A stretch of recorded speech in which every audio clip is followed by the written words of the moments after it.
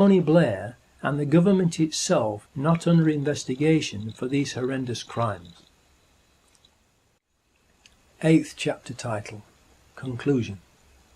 The times of the trains and tube trains on that day have been carefully checked. The first train after 07:40 a.m.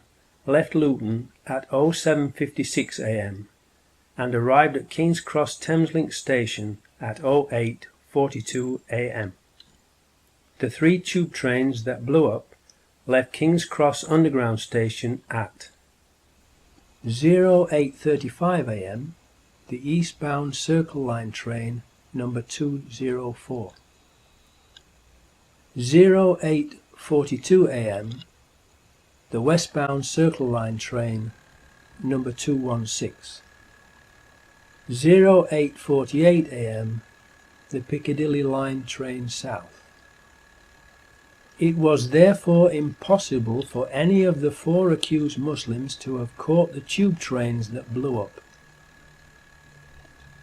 If we have at least 3 of the 4 suicide bombers being shot dead at Canary Wharf, and we know they weren't on the tube trains because the 07:40 a.m. train from Luton to King's Cross was cancelled that day, and the photo of them outside Luton station at 07:21:54 a.m. is a fake, and that Hasib Hussain was part of the mock terrorism exercise, then we have overwhelming proof that the 4 accused Muslims were patsies and are innocent, and that it was an inside job, and that, like Lee Harvey Oswald, they too have been murdered to silence them.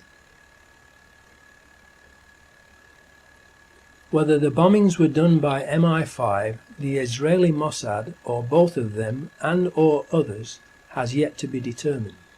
But the one thing that we can be sure of is that it was not done by 4 young Muslims. 9th chapter title. Epilogue. Hopefully, among the security services, there must be at least some decent, honest people who know that the official story is a pack of lies and are troubled by it.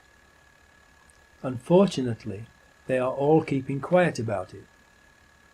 We need them to have the courage to come forward and say what they know and arrest their evil colleagues and bring them to justice if they don't want to be also condemned as accomplices of the government and media criminals who committed treason and mass murder that day and helped to cover it up, enabling the Orwellian Big Brother police state plans for Britain to pick up steam, and the real perpetrators, the New World Order government terrorists, to plunge the world into World War III and Armageddon.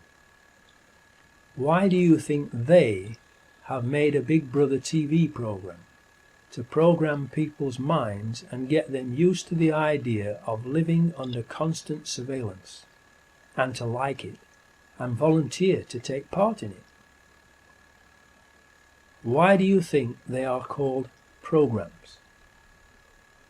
It is because they are used for mind control, brainwashing, programming of the public's minds into obeying and sleepwalking whilst following their New World Order hidden agenda. The sleeper must awaken. The sleeper must awaken. The television is the greatest mind control and propaganda weapon ever invented.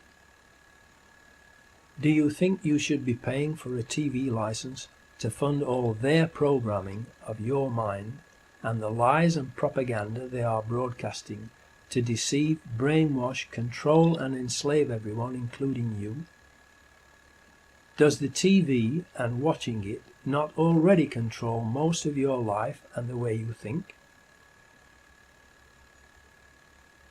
Do you think you should be paying for all those CCTV cameras and their operatives to spy on you everywhere you go, so they can enslave you and fine you, thereby stealing your money for doing nothing wrong?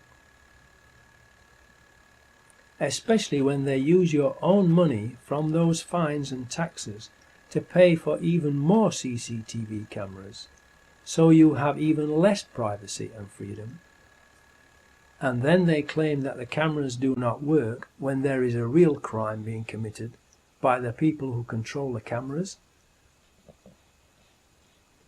Don't you realize that in paying fines and taxes you are actually paying for the chains they are using to enslave you with?